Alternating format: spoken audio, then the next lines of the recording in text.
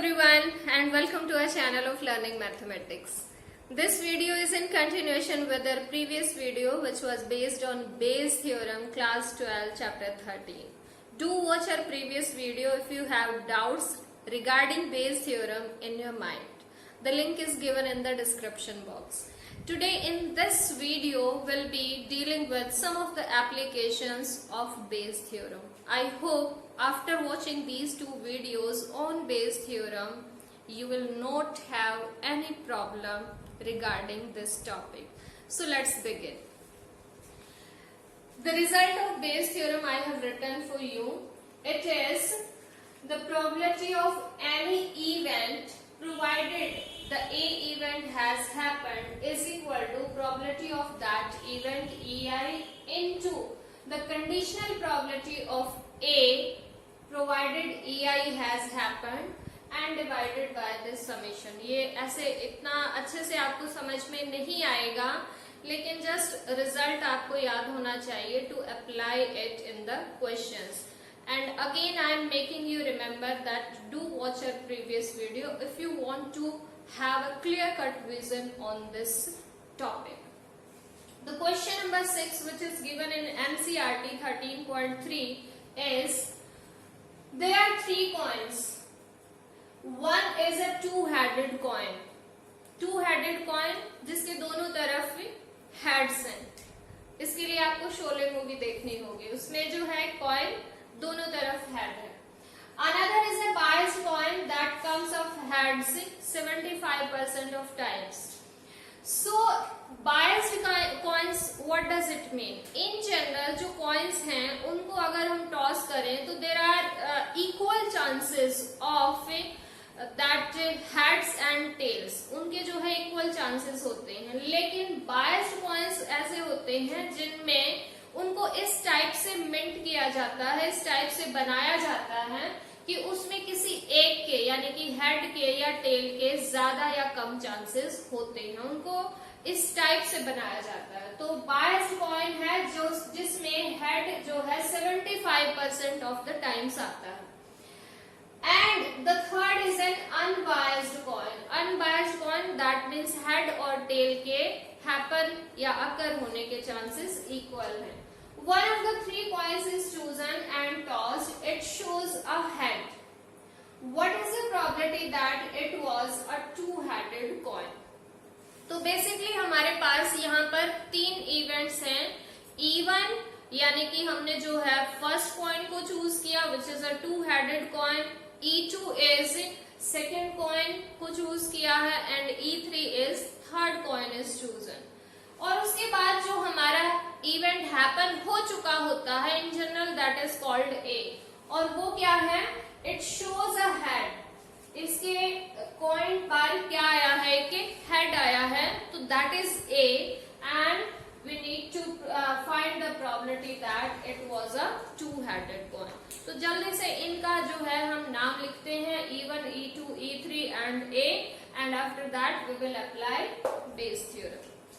So, solution if we see for question number 6, let E1 is the event of a selection of a two-headed coin. ठीक है? That selection of a two-headed coin. E2 event ये भी हमने suppose कर लिया selection of biased coin and E3 suppose किया हमने selection of unbiased coin. And let A is the event. A event is that it shows a head. That means the head is on the upper face of the coin. Head appears on the coin. So this is our event A and that has happened. We need to find out now the probability that it is a two-headed coin. That means we need to get the probability of even provided that head appears on the coin. So this we need to get.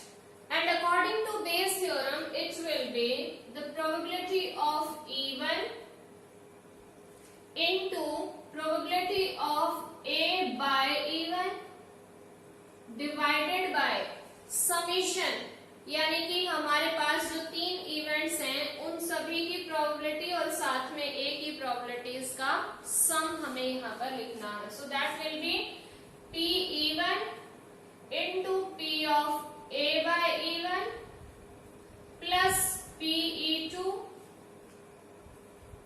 into P A by E2 and plus E3 P of E3 and into P A by E3. So this is the denominator. Now see, we need all these values. ये मैंने आपके लिए पहले find out नहीं की, आपसे जो है किस टाइप से क्वेश्चन करना चाहिए. फर्स्टली आपको ये सारे जो हैं इवेंट्स को सपोज करना है. After that you will get all these values, ये आपको फाइंड आउट करनी है and then put all the values in this formula. Probability of even. What is even? Even है selection of a two-headed coin, यानी कि out of these three coins, one coin is chosen. So तीन coins हैं, तीनों लगभग एक जैसे हैं. उनमें से अगर हमें कोई भी एक coin choose करना होगा तो उसके selection के जो chances हैं 1 out of 3. So obviously it will be 1 by 3. Then probability of A. A का मतलब हेड होना चाहिए कॉइन पे. When even is chosen, यानी कि जब एक टू हेडेड कॉइन को सेलेक्ट कर लिया गया है तो उस पे हेड आने के क्या चांसेस हैं. देखिए उसके दोनों तरफ ही हेड है, यानी कि उसमें जो फेवरेबल आउटकम होंगे वो 2 होंगे and total number of outcomes are also 2. वो किसी भी साइड जो है वो फेस हो उसका हेड ही अपीयर होगा. So that will be 2 by 2 और you may say that is 1, क्योंकि यही होगा. श्योर इवेंट है कि हेड ही आएगा. ठीक है, तो it will be 1 divided by this we have taken out 1 by 3 into 1, then plus P of E2, that means selection of the second coin. Again it is 1 by 3 because there are 3 coins and one is selected at random, so it will be 1 by 3. But from this coin, क्योंकि ये biased coin है, इसमें head आने के क्या chances हैं? It is given in the question 75%. 75% could be said 75 by 100 and then it will be 3 by 4. Then plus third coin के भी चूज करने के उतने ही चांसेस हैं, that means 1 by 3.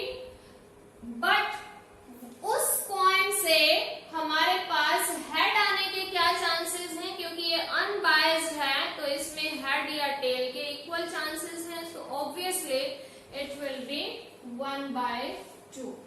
So all the values we have put in the formula and now we need to calculate. See, if we take 1 by 3 common from the denominator, so that will cancel our numerator. So, our numerator remains 1. हम यहाँ से 1 by 3 ऐसे लिख सकते हैं. 1 by 3 हमने denominator से common लिया and we are left with 1 plus 3 by 4 and plus 1 by 2. And these are cancelling out each other. Now we need to take LCM here. It will be 4. 4 plus 3, 7. 7 plus 2, that will be 9. So it will be 1 by 9 by 4, or you may say it is 4 by 9. So that is the answer for this question number 6. I hope all of you got this, how it will be solved. इस question में just एक जो सोचने वाली बात थी वो क्या थी कि ये टू हेडेड कॉइन किस टाइप से है. जब उसमें हेड आने के चांसेस होंगे ऑब्वियसली दैट विल बी 1. और यहीं पर जो है बच्चे थोड़ी सी मिस्टेक करते हैं। सेकेंडली जो सेकेंड कॉइन है दैट इज बायस्ड वन, यानी कि उसमें हेड या टेल के इक्वल चांसेस नहीं है। यहाँ पर दिया हुआ है क्वेश्चन में कि 75% of times the head appears, that means 75 divided by 100 is the probability of getting head. And third one is unbiased coin, जिसमें फेवरिज्म नहीं है, फेवर नहीं कर रही है, तो उसमें जो है हेड और टेल के इक्वल चांसेस हैं, सो उसकी प्रोबेबिलिटी 1/2 होगी। That was the question. I hope you got it. And now we are having another question from the same exercise, question number 10. So let's see what is the question. A girl throws a die. एक लड़की जो है एक die throw करती है. If she gets a 5 or 6, ठीक है, अगर उसको डाई पे 5 या 6 मिलता है, she tosses a coin 3 times. वो एक कॉइन को टॉस करती है और वो भी 3 times. If she gets 1, 2, 3 or 4, she tosses a coin once. अगर उसको बाकी 1, 2, 3 या 4 डाई पे मिलता है, then she tosses a coin only once. एक बार कॉइन को टॉस करती है. If she obtained exactly one head, यानी कि अगर उसको कॉइन पे exactly एक हेड मिला हो, then what is the probability that she threw 1, 2, 3 or 4 with the die? So this is the question. तो इसमें हमारे पास जो ए इवेंट है वो क्या है कि उसको एक हेड मिला है कॉइन को थ्रो करने पे. And what are E1 and E2 या E3 अगर आप सोच सकते हैं, तो वो एक डाई थ्रो कर रही है और डाई को 2 टाइप से डिवाइड किया हुआ है कि 5, 6 आएगा तो ऐसा करेगी और 1, 2, 3, 4 आएगा तो ऐसा करेगी. So those are the 2 events E1 and E2. So let us see the solution for this question. Let E1 जो event है that is the die is obtained with numbers 5 और 6. 5 या 6 जो है डाई पे आया हुआ है, ठीक है. And let E2 is the die is obtained with numbers 1, 2, 3 or 4. So these are the events E1 and E2. And what will be the probability of E1? E1 की probability क्या होगी? Because when we throw a die, we are getting all 6 numbers and she is obtaining 5 or 6. So these are 2 favorable outcomes out of 6 outcomes. So obviously probability of E1 will be 2 divided by 6, or we may say it is 1/3. Then probability of E2, if we want to get, the die is obtained with a number 1, 2, 3 or 4. So there are 4 possible favorable outcomes out of 6 possible outcomes. So that will be 4 divided by 6, that means 2/3. अब हम जो suppose कर रहे हैं कि वो ए event क्या है जो हैपन हो चुका है. So that is coin shows exactly one head. ठीक है, coin has exactly one head. So coin is obtained exactly one head, या फिर coin has exactly one head. That is our A event. So let us find out the probability of A by E1. A by E1 का meaning क्या है, पहले हम ये देखते हैं. A by E1 का मतलब है कि जब उसको डाई पे 5 और 6 नंबर मिले हैं, तो उसके बाद उसने कॉइन को टॉस किया, उसने कॉइन को 3 टाइम टॉस किया, तो उसमें से एग्जैक्टली वन हेड कितनी बार आया, उसके क्या चांसेस हैं, that we are going to find out. और अगर आपने इस टाइप के क्वेश्चंस किए हैं कॉइन को 3 टाइम टॉस करने के, तो आई थिंक आपको याद होगा कि H T T, H T H T and T T H. So these are the 3 events जिनमें एक बार हेड आया है। आउट ऑफ इस टाइप से जब हम एक कॉइन को 3 टाइम्स टॉस करते हैं तो total number of outcomes are 8 there. I think you know it very well. So these are 3 events in which 3 outcomes in which exactly one has occurred. So this will be 3/8. And if we find out a by e2, a by e2 means e2 has happened, यानी कि die पे क्या क्या number आए हैं, 1 2 3 और 4 आए हैं। तो उसने क्या किया, उसके बाद उसने कॉइन को एक बार ही टॉस किया, और जब हम एक बार टॉस करेंगे तो टोटल आउटकम्स होंगे उसके हेड या टेल, यानी 2 ही होंगे, और उससे एक हेड आने के चांसेस क्या होंगे, 1 only. So this will be 1 out of 2। तो इस तरह से हमारे पास सारे जो हैं वो प्रोबेबिलिटीज आ चुकी हैं जो हमें एग्जैक्टली फॉर्मूले में चाहिए। नाउ व्हाट वी वांट, हमें चाहिए probability of that shift through 1 2 3 और 4, 1 2 3 और 4, यानी कि E2 की प्रोबेबिलिटी चाहिए, provided she has got exactly 1 head. So we are applying again here Bayes theorem. What is that?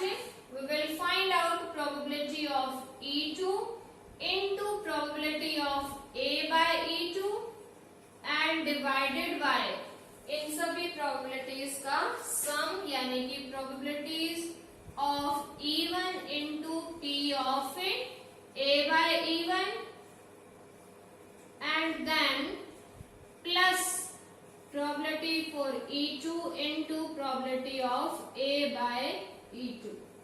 So we have written the result for the theorem, and now we are putting all the values which we are already having. P of E2, that is 2 by 3, A by E2, that is also given 1 by 2, divided by E1 1 by 3 into A by E1 3 by 8, and plus we are having the same thing which we have already written. इनको हम cancel कर देंगे, जो भी terms cancel होती हैं। In the numerator we are left with 1 by 3 and in the denominator we are left with 1 by 8 plus 1 by 3, and in denominator if we are taking LCM that will be 24. So 3 plus 8, 11 by 24 will be our denominator. So 1 by 3 into 24 by 11, it is cancelling out on 8, and the final answer is 8 by 11. I hope you got it how this question has been done.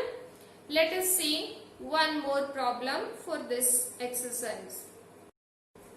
Yes, question number 12 from the same exercise is a card from a pack of 52 cards is lost. एक card जो है वो गुम हो गया है 52 cards में से।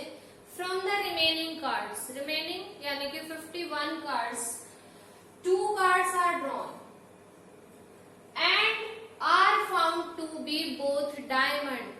और वो जो फाउंड हुए हैं कार्ड्स, निकाले हैं जो कार्ड्स, वो दोनों के दोनों डायमंड कार्ड्स हैं। Find the probability that lost card being a diamond card. ठीक है, तो यहाँ पर बच्चे थोड़ा सा कंफ्यूज हो जाते हैं, what are E1 and E2।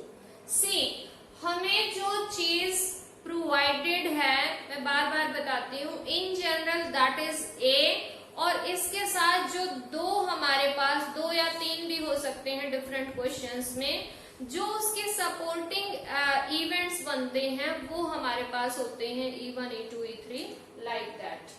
ठीक है, तो सिंपल सा है इसमें, जो both the cards are found to be diamond. तो ए इवेंट हो गया that both the cards which are found later on are diamond cards. Yes, so let A is two cards are diamond cards which are found later on, जो बाद में found out किए हैं एक card गुम होने के बाद। तो वो जो कार्ड्स हैं वो कैसे हैं, डायमंड कार्ड्स हैं। That is our A event. अब जो है find the probability that lost card being a diamond card. ये हमारे पास एक इवेंट बना हुआ है कि वो कार्ड डायमंड होगा, लेकिन ऐसा भी तो पॉसिबल है कि वो कार्ड डायमंड ना हो, और ये दोनों मिला के पूरा सैंपल स्पेस क्रिएट कर देते हैं। So obviously these are E1 and E2। So let E1 event is card lost is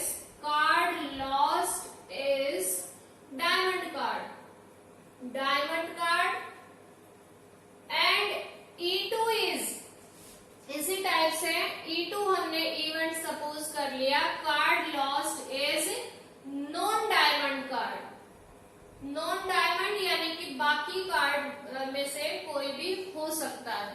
C the cards are of 4 suits, diamond है, क्लब है, हार्ट है एंड स्पेड है।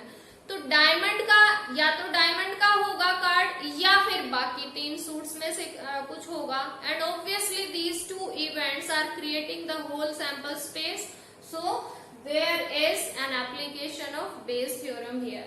आपको फिर से याद दिला दूं कि बेस थ्योरम में ये जो E1, E2, E3, En ये इवेंट्स हैं, ये पूरा का पूरा सैंपल स्पेस कॉन्स्टिट्यूट करने चाहिए and these should be disjoint as well. आपस में इनमें से कोई भी एलिमेंट ऐसा नहीं होना चाहिए जो कॉमन है। तो ऑब्वियसली या तो एक कार्ड डायमंड का होगा या फिर नॉन डायमंड होगा। So these two are creating the whole sample space and obviously these are disjoint sets as well. So this we have supposed and now what we need to find out.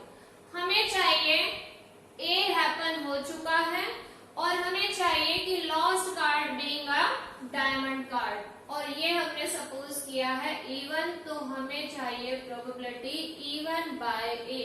इसमें हम cause की probability find out कर रहे हैं और इसलिए यहाँ पर अप्लाई होगी Bayes theorem. So what is the formula, what is the result, P of E1 into P of A by E1 divided by P E1 and into P A by E1 and plus P of second event E2 and into P of A by E2।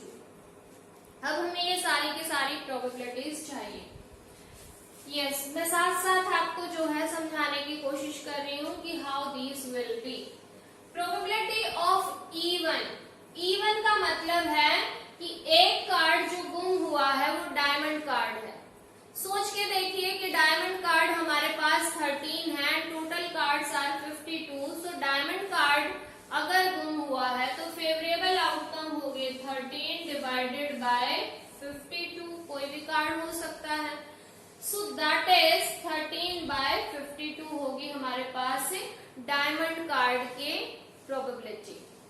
Then एक card गुम हो चुका है, diamond का ही गुम हुआ है और उसके बाद 2 डायमंड के कार्ड्स उसमें से निकाले हैं, 2 साथ में निकाले हैं, तो of course here we will apply the combination.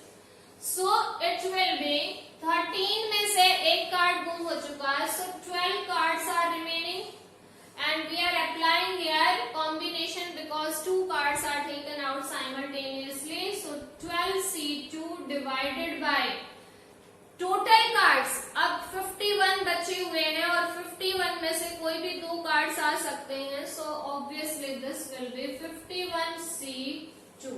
So this is probability of A by even. मैं दोबारा से आपको समझाने की कोशिश कर रही हूँ. even यानी कि एक कार्ड जो है गुम हो गया है और वो डायमंड कार्ड गुम हुआ है, इसकी क्या पॉसिबिलिटी है? So that is 13 by 52 because 13 are the cards of diamond suit and total number of cards are 52.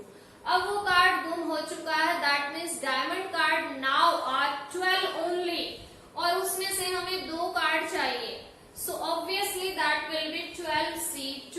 Combination यहाँ अप्लाई कर रहे हैं. आउट ऑफ 51 में से कोई भी 2 कार्ड्स आ सकते हैं. So that is the probability. And here probability of even. Even का मतलब यही अभी हमने लगाया है. So that is 13 by 52 into 12C2 divided by 51C2 plus E2 के लिए probability non diamond card. Diamond card 13 है तो non diamond card of course 39 होंगे और उनमें से कोई भी गुम हो सकता है. So 39 divided by 52 and into then एक नॉन डायमंड कार्ड गुम हो गया है, उसके बाद 2 डायमंड कार्ड चाहिए. डायमंड के तो पूरे 13 हैं तो 13 में से हमें कोई भी 2 चाहिए. तो 13C2 डिवाइडेड बाय टोटल तो 51 ही है. So that will be 51C2. Now we just need to calculate this. So let us calculate it. So it will B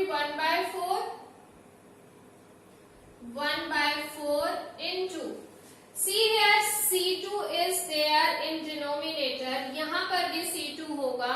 तो अगर हम 12C2 को सॉल्व करें तो it will be 12 into 11 divided by 2 into 1. और इसी टाइप से इसका डिवाइड में क्या करें? 51 into 50 divided by 2 into 1. क्योंकि यहाँ पर भी लास्ट में C2 है तो ये दोनों तो हो जाएंगे cancel. So what we are left with 12 into 11 and divided by 51 into 50.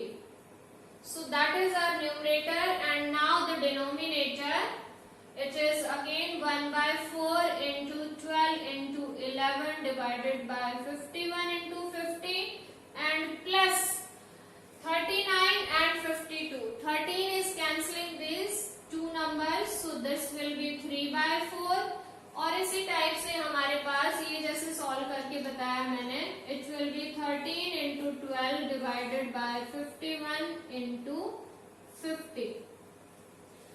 And now please see the denominator 4 51 50 4 51 50 4 51 50.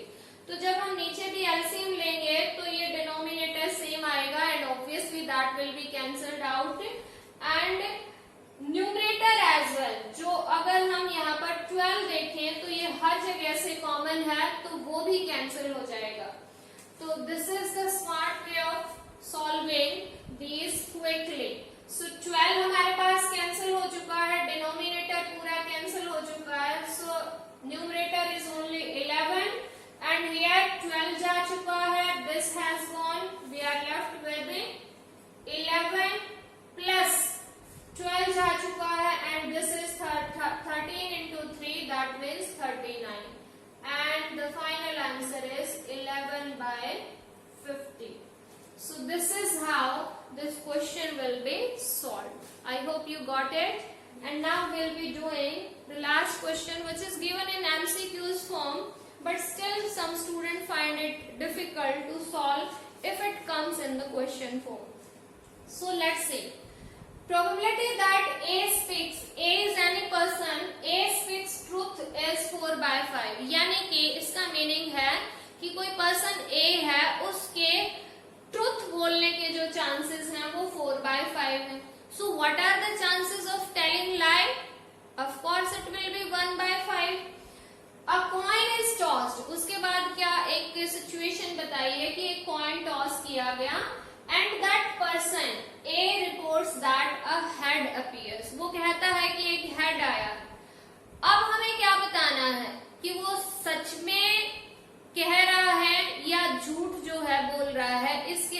Chances बताने हैं. What is the probability that actually there was a head. सच में एक हेड आया है, उसके क्या चांसेस हैं, यानी कि हमें ये बताना है.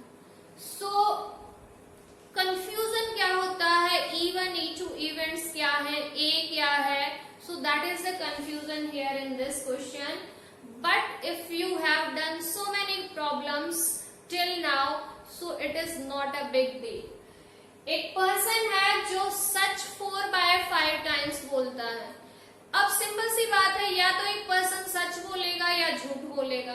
तो सच को हम E1 मान सकते हैं और झूठ को जो है वो E2 मान सकते हैं, और सच और झूठ मिलके सारी बात कंप्लीट कर देते हैं. And obviously these two events are exclusive disjoint sets हैं, बिकॉज सच और झूठ का कोई भी कॉमन एलिमेंट यहाँ पर नहीं है.